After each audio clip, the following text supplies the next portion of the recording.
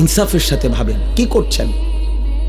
30 বছর ধরে যারা সুদ খান, এই সুদখোর হারামখোর, আপনি কি করছেন?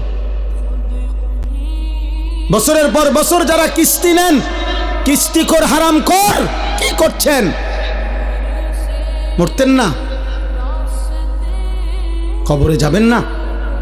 তোমরা যারা এক ওয়াক্ত নামাজ পড়ো নাই বাবা, এই আব্বা, আজকের সারা দিন যারা এক ওয়াক্ত নামাজ পড়লা না, আবার রাত ভর যারা নারী ছবি উলঙ্গ দৃশ্য দেখো, তো প্রতিবার নর্তকী দেখলে, হারাম ছবি দেখলে বীর্যপাত হয়, শরীর নাফাক হয়। আর আল্লাহর নবী বলছে, চোখ দিয়া হারাম ছবি দেখলেও জিনা, দিল দিয়া ভাবলেও জিনা, আর নিজের হাত লজ্জাস্থানে ব্যবহার করে নাপাক নষ্ট করলে তাও জিনা।